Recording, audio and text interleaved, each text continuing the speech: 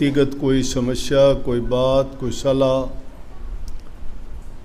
कोई आशीर्वाद के लिए अपनी बात करने के लिए आते हैं, उनको समय दिया जाता है।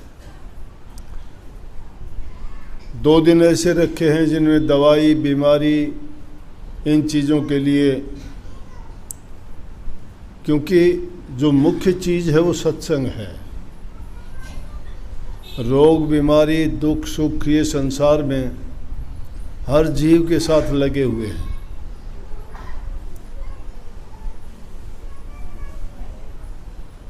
लेकिन सत्संग जो जीव का कल्याण करता है, इतना लाभ किसी चीज़ में भी नहीं।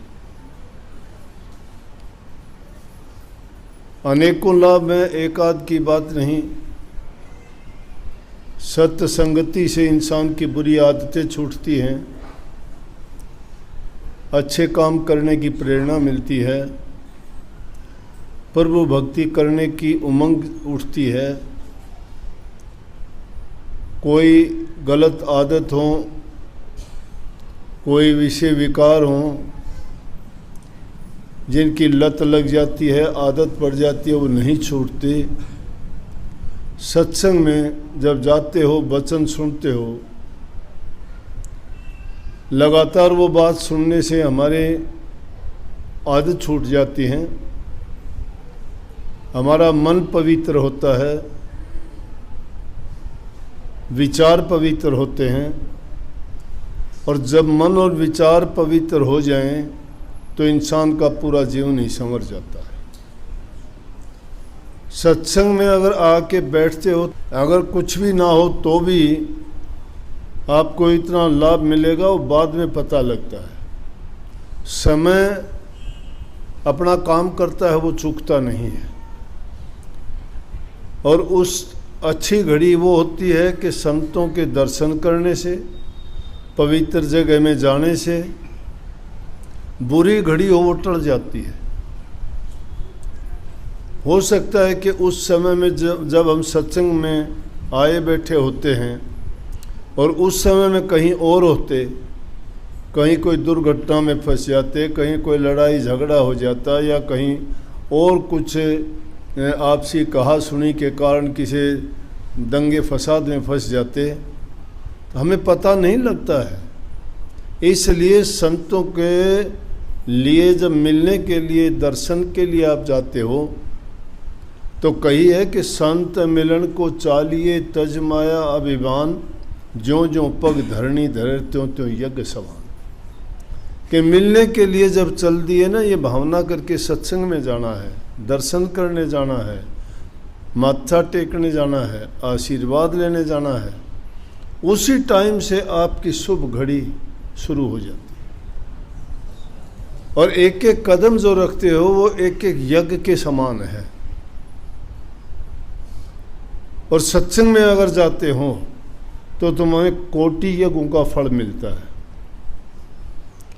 जो बात सत्संग में जाके तुम 5 मिनट में, 10 मिनट में, 15 मिनट, आध घंटे में संग करके जो शिक्षा ग्रहण कर लेते हो,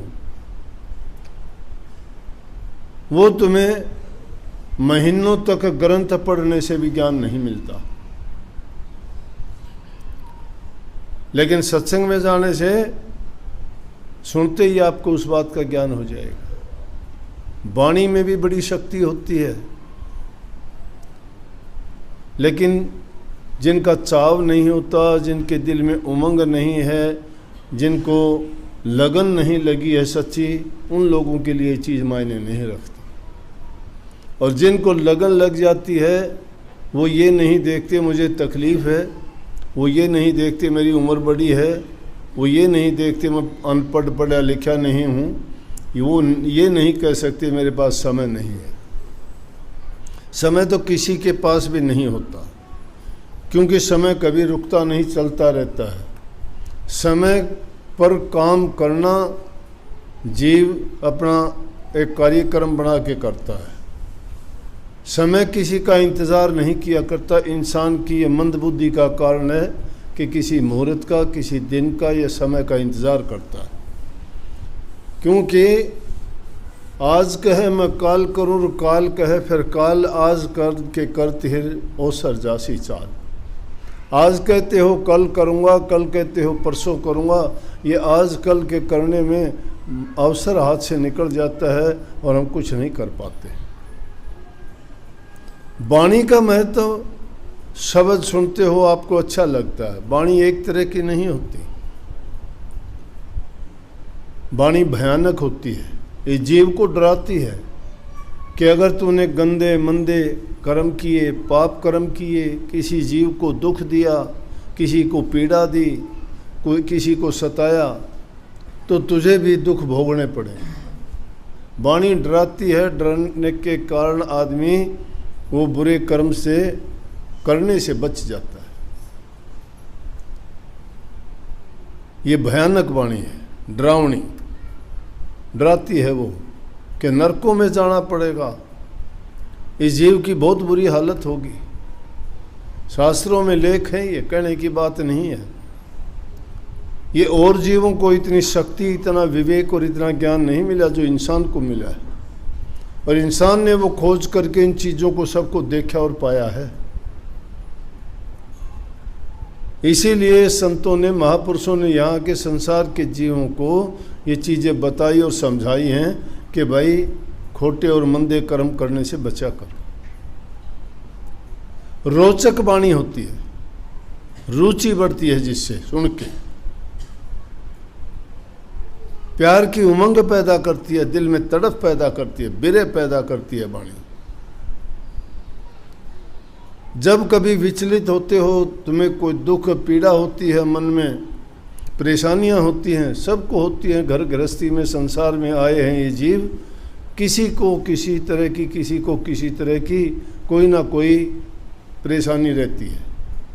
तो ऐसे वक्त में इंसान कई बार तो ऐसा हताश, निराश और उदास हो जाता है कि वो अपनी बातें किसी के सामने कह नहीं सकता। लेकिन जब कोई साथी सहारा नहीं होता, किसी के सामने दिल की पीड़ा बता नहीं सकता, तो इंसान को ऐसा रोग लग जाता है कि बिना रोग के भी वो छिन छिन करके मरना शुरू हो जाता है।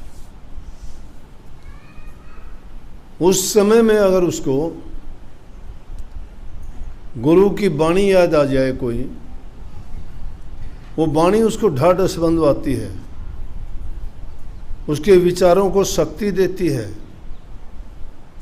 वाणी यूं ही नहीं है, किसी वाणी को सुनने कितना प्रेम हो जाता है, किसी को सुनने से कितना बैराग हो जाता है। मीराबाई को बैराग हो गया, कितने अच्छे प्रेम से गाती है, आंखें बंद है, सूरत जो है उसको अपने इष्ट की है, ख्याल उसका है, दुनियादारी का कोई होश ही नहीं है, और गाती है, हेरी मैं तो प्रेम दीवानी, मेरा दर्द न जाने को। कहती है मेरा दर्द कोई नहीं जानता, क्यों? मुझे जो दर्द है, मुझे जो बिरह है, मुझे प्यार की बिरह है। तो वो तो ऐसी बिरह है कि वो प्रकट करके बता सकती है, कह सकती है। कई बार उससे भी ऐसी बातें होती हैं कि इंसान को जो कोई हथियार से घाव नहीं लगता, वो वाणी का घाव लग जाता है। लेकिन उस समय में संतों का वचन काम आता है। जब तुम अपने मन की किताब को खोल के पुराने पन्नों को उथल के देखोगे, जिन्हें तुमने सत्संग वाणी सुनी होगी, और वो उनमें से जब बात निकल के आएगी तो तुम्हें एकदम होगा कि जब उसके साथ ऐसा हुआ था तो तेरे साथ ऐसा होना क्या बात है, कोई बात। वक्त गुजर जाएगा, ये भी चला जाएगा, ठीक हो जाएगा।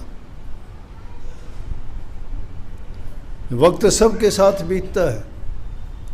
उस वक्त में वाणी आदमी का साथी बनके, सहायक बनके उसकी मदद करता है। एकांत में होते हो, ना आपको सत्संग मिलता है, ना दर्शन मिलता है, तो अकेले में बैठ के क्या करोगे कि बैठ के जब वाणी का गायन करोगे, तुम्हारे सामने तुम्हारी इष्ट की तस्वीर होगी, मन में उनके मीठे ख्याल होंगे, जबान से तुम वाणी गा रहे होगे, उस समय कितना अच्छा होगा। कल्पना करके देखिए। इसलिए वाणी हर एक को याद होनी चाहिए। जिसको याद नहीं है ना, इसका मतलब उसकी कोई रुचि नहीं है, उसको कोई लगन नहीं है, कोई प्यार नहीं है उसको, कोई उसके दिल में विरह नहीं है। विरहवान को तो जब इस प्रीतम ने वो गाया, चाहे वो कैसा भी था, ये नहीं कि आप तो कह दोगे वो तो गाना था, वो तो शब्द नहीं था। अरे जिससे अच्छी शिक्षा मिलती है वो गाना शब्द कुछ भी है, उसमें वचन बुरा क्या था, कितनी अच्छी बात उसमें कही गई थी, जो बातें तुम्हें सुधार देती है, चाहे वो किसी से भी मिले। जरूरी नहीं कि संतों से ही वचन मिलेगा, दुष्टों से भी मिल जाएगा, पापियों से भी मिल जाएगा, डाकुओं और ठगों से भी मिल जाएगा वो। लेकिन उसका मतलब तुम अपने विचारों के अनुसार, तुम्हारे ख्यालात के अनुसार निकालोगे। जिसकी जैसी भावना होती है वो उस वचन को वैसा ही मान लेता है। किस तरह से, एक समय की बात है कि एक नट था, खेल दिखाता था, पुराने ज़मानों की बात थी, कहीं भी उसका काफ़ी दिन तक कोई कुछ मिला नहीं, गुजारा नहीं चला बेचारे का। उसने सोचा कहाँ जाऊँ, किसके पास जाऊँ, राजा के पास चला गया। पुराने ज़माने में राजा के दरबार में चारण, भाट, मिरासी, ये अपनी कला, गाना बजाना, उनकी राजा की मान बढ़ाई के लिए उसके गीत गाते थे। पृथ्वीराज चौहान का चंद्रवरदाई बहुत बड़ा भाट था गाने वाला, पूरा जीवन गाया उन्होंने। क्यों? वो गाते थे, राजा इनाम देते थे, उनका गुजारा चलता था, परिवार चलता था, उनका रोजगार था ये। तो एक भाट को काफ़ी समय से कुछ भी मिला नहीं, नट कलाबाजी दिखाता था। उसने सोचा कहीं से भी कुछ नहीं मिलता है, गरीब लोग हैं, ये अपना गुजारा मुश्किल चलाते, तुझे क्या देंगे। खेल दिखाता, कोई कुछ नहीं देता, खेल दिखा के चल देता सामान बांध के। समय आया, उसने सोचा कि राजा के पास चलूं। राजा के पास जाके सीधा नहीं जा सकता, एक मंत्री से बोला कि राजा से कहो मेरा खेल देख ले। अब गरीब आदमी से बड़े आदमी कहाँ मिलते हैं। मंत्री के थ्रू मंत्री ने जाके कहा कि इस तरह से एक नट आया है, वो खेल दिखाना चाहता है। बोले हाँ देखेंगे, कह दो बैठ जा। 2-4 दिन हो गए, राजा को याद ही नहीं, वो बेचारा बैठा रहा। सुखदेव मुनि को भी राजा जनक ने 10 दिन तक बैठाए रखा था, उन्होंने जानबूझ के बिठाया था। वो गए थे ज्ञान लेने के लिए, नाम लेने के लिए, गुरु बनाने के लिए।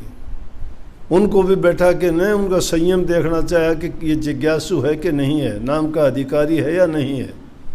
ये भी परीक्षा होती है। कई बार लोग आके कहते कि दर्शन करने थे, मिलना था। बोला कि बैठ जा भाई थोड़ी देर।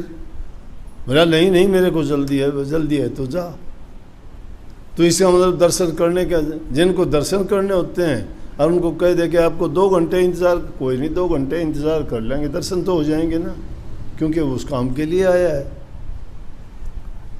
और गुजारा भी किया था, बैठ गया बेचारा, 2-3 दिन बैठा रहा।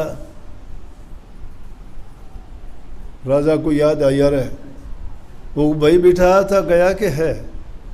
कहने लगे जी बैठा है बेचारा। क्यों? मंत्री की भी दोबारा हिम्मत नहीं। निरंकुश राजा होते थे, मंत्रियों को भी वो कह देते थे, लेकिन मंत्री उनको कहते थे जो मंत्रणा देते हैं। आजकल के मंत्री नहीं थे कि उनको विभाग दे दिया उसमें तू काम कर, नहीं। मंत्री का मतलब मंत्रणा देना, मंत्रणा का मतलब सलाह देना। जब भी कोई बात राज्य में होती थी वो उनको उचित सलाह देते थे कि ऐसा करने से ऐसा होगा। मंत्री ने जाके कहा जी आपने बिठाया था, बैठा गरीब आदमी, उसका देख लो एक दिन। बोला ओहो आज शाम को देखेंगे। शाम को कहा, बुलाया उसको। हाँ भाई दिखा खेल तेरा। रात का काम था, नट अपना खेल दिखाने लग गया। बांस गाड़ के नटनी ऊपर चढ़ गई अपनी कला दिखाने के लिए। नट ढोलक बजाता रहा नीचे और गाता रहा। वो कला दिखाते दिखाते, ढोलक बजाते बजाते आधी रात से भी ढल गई। किसी ने कुछ नहीं दिया, खेल देखते रहे। अब ये तो बेचारे नज़र होती है कि कोई कुछ दे, चारों तरफ देखते रहे, किसी ने कुछ नहीं दिया। आखिर उन्होंने गाना गाया,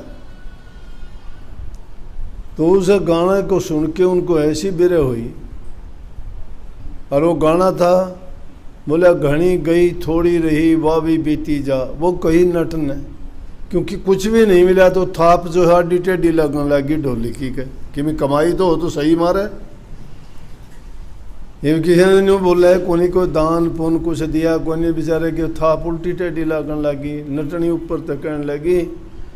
बोली घनी गई थोड़ी रही वो भी बीती जा। नटनी कहे नट से ताल में भंग ना पा, कि घनी रात जाली से थोड़ी सी बच रही से क्यों खा वहाँ बाजार ढंग से बाजार, नहीं तो मेरे भाभी को नहीं नाचा जाएगा। यह बात सुननी थी।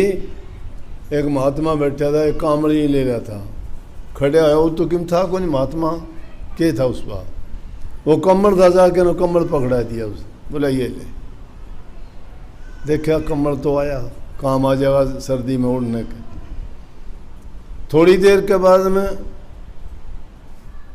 मंत्री की लड़की थी, उसने जाके ने अपने गले के हार वो तार के पकड़ा दिए। मंत्री ने भी देखा, राजा ने भी देखा, ऐसी क्या बात होगी भाई, इनके क्या ज्ञान पड़ गया कि सब की मिल लुटान लग गई है।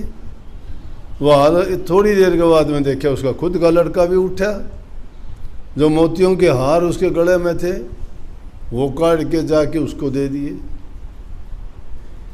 जब दे दिए राजा बड़ा हैरान हो गया। राजा ने तो देना लेना था कि भाई मैं तो सवेरे दूंगा, विदाई के टाइम इसने कुछ इतनी मेहनत करी है।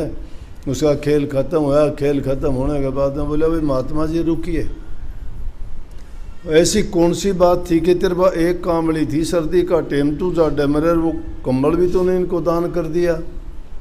बोला जी अगर मेरे पास और कुछ होता तो वो भी सब कुछ मैं दे देता।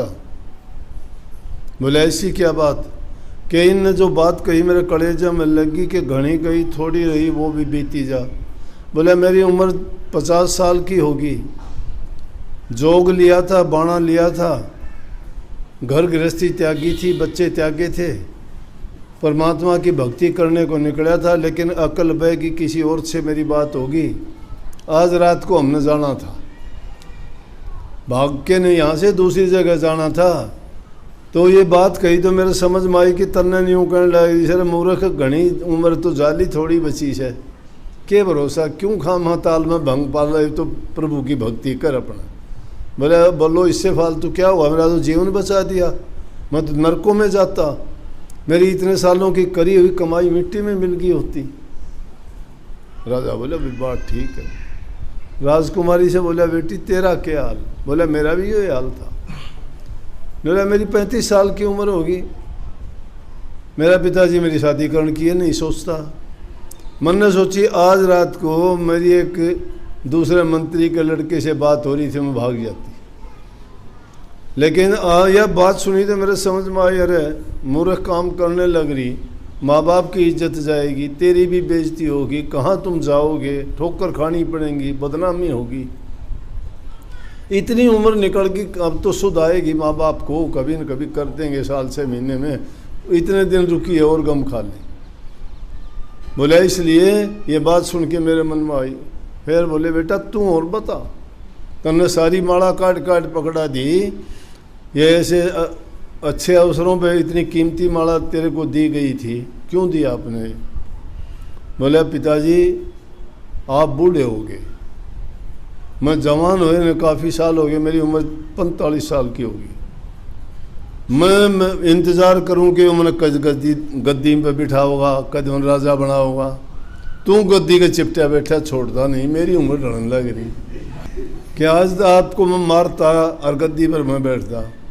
तो ये बात जब सुनी घनी कही थोड़ी रही वो भी बीती जा, तो ये बात सुनी मेरे मन में आई अरे मूर्ख क्यों खाम हाँ ब्रह्म हत्या का दोष लगेगा, पिता की मृत्यु का दोष लगेगा, नरकों में जाना पड़ेगा, कष्ट भोगने पड़ेंगे, हत्यारा बनेगा, दुनिया थू थू करेगी, बदनामी होगी, किसका राजा बनेगा तू, नफरत होगी लोगों को।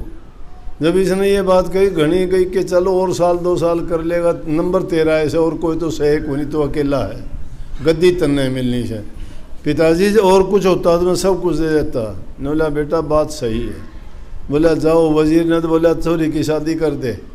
और बोला तू आजा भाई, गद्दी बाज बिठाऊंगा तेने तिलक करके न, राज तेरा। और महात्मा का मंदिर बनवा दिया। बोला महात्मा जी परमात्मा की भक्ति किया कर, सामान उसका पुछवा दिया। तो इसलिए वाणी इंसान के दिल में जो जिज्ञासु लोग होते हैं ना, वो अपने मतलब के अनुसार उसका अर्थ निकाल लेते हैं। मूर्ख आदमी नहीं समझ सकते। और संतों की बात तो बड़ी ऊंची होती है। और कबीर साहब ने तो ये कही है, उल्टे सीधे वचन का और शिष्य नहीं मानने दुख, कहें कबीर संसार में वो कहिए गुरमुख। गुरमुख जो गुरु की बात को सन्मुख रख के बात करता है। गुरु जो तुम्हें बात करता है तुम्हारे हित के लिए, तुम्हारे कल्याण के लिए, तुम्हारे जीवन को सुधारने और बढ़ाने के लिए कहते हैं। उनका कोई स्वार्थ नहीं होता।